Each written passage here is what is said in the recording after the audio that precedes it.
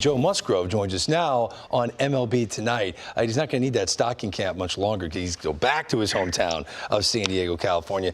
Man, walk me through how you found out about this. Did you get any kind of sense that the Padres were in on you? How did it all come about on your end, Joe?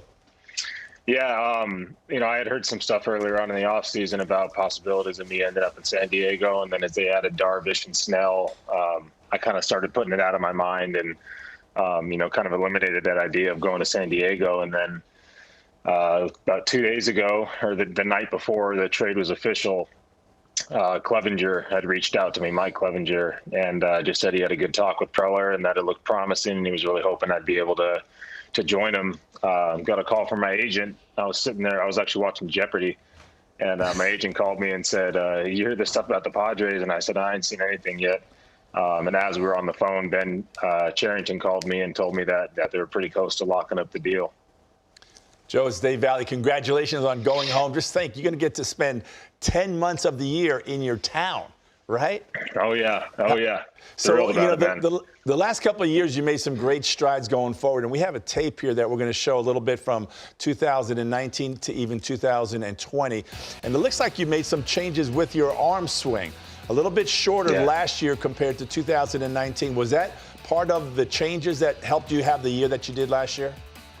Yeah, definitely. Playing with guys like Verlander and watching guys like Bieber and other guys around the league, noticing how close they kept their hands to the body and how tight the ball was, more so with Bieber than Verlander, I guess, but both of them at the top of the lift, having the hands in close to the body, it felt like a better way for me to conserve and store my power as I'm traveling down the mound, as opposed to in that first clip, you can see my limbs, even my legs and my hands and arms are way farther away from my body, just causing me to kind of start exerting that power a little bit earlier in the delivery. So it was kind of something I just saw and didn't really know what I was doing. I just know what I wanted it to look like. And I started messing with it, and then I had the off season to really try and dial some of those things in. You see what you see now. Yeah, it looks like you had a lot more sharpness in your breaking stuff. And I was looking at your pitch usage last year compared to just even 3 years ago, where you only threw your curveball 2% of the time. Last year, you threw it 20% of the time. Mm-hmm. How much are you thinking about your pitch usage in your plan for the game? Yeah, that was kind of just something that came along with the arm change. The curveball, I had always seen it as my worst pitch, and I just kind of threw it to show it once in a while. But with that new shorter arm action, I found myself being in a better spot with my hand more consistently at foot strike, allowing me to get on top of the ball and really accelerate it like the fastball and just kind of sell the pitch with arm speed. And over the course of the season, it became one of my best pitches and something that I had extreme confidence in. And seeing with the results of it, I just kind of used it as a pitch that I would go to more to get swings and misses, and it became one of my favorite pitches by the end of the year. Joe, I mean, you had a 3.86 ERA last year. That's a career best, and you are certainly improving, as you're mentioning. And we're talking about physical adjustments that you've made.